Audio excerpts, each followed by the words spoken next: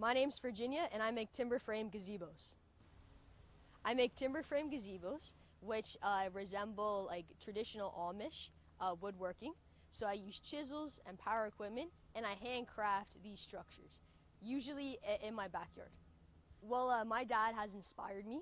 He's always been into this craft, and he's always been making models throughout the winter, and I've helped him here and there.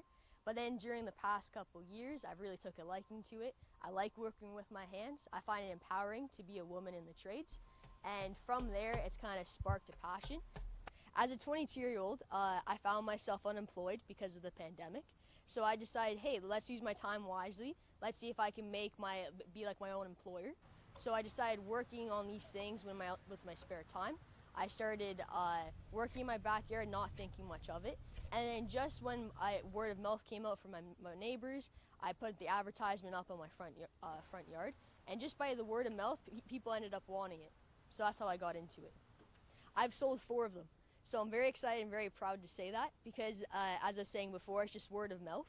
And they've all been here in the Durham region. And it's been awesome because I was able to customize it for different customers. And to being able to, once the whole project's done, because it takes about a week and a half to do, to finally stand back and see how great it is like very rewarding for me.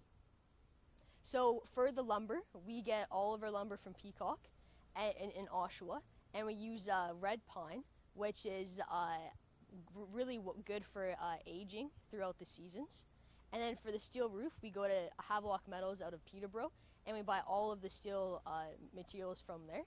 And using the joinery and stuff, as opposed to, let's say, big box stores, where it's all screws and stuff you use, this is all done by hand, and it's all wooden. So we have wooden pegs holding the beams together. We have braces that aren't held together by screws. It's used like tongue and groove joinery. So you have that friction going towards it to hold it in place. And then you also have the fact that each and every notch you see on the thing is handcrafted by me. And that takes many hours, a lot of skill to go into that. So that's for me to take a step back from it and understand that it took 2 weeks to do that. And then now I finally have a structure is very rewarding. The gazebo you see behind me was the very first one I built for a customer. His name's Dave, and he, as you can see behind me, he's taking time with his wife to customize it and make it their own. So he has some nice LED lights going around it, some plants, and eventually, come this winter, he's going to be pouring a concrete pad on it for a hot tub so he can have a nice place to come out. I would say to young girls to never put yourself in a box and never think, oh, I'm female or I look like this, I shouldn't do it. Always ignore those instincts and just go for it. Because I can tell you countless amount of times I've walked into a lumber yard and made a fool of myself, but I came back the next day and I made sure I was satisfied and got what I needed.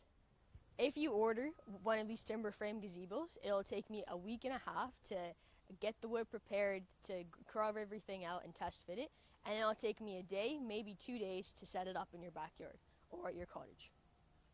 If anyone's interested in inquiring about this, feel free to call me at 905-429-1366, and you're also able to text me as well.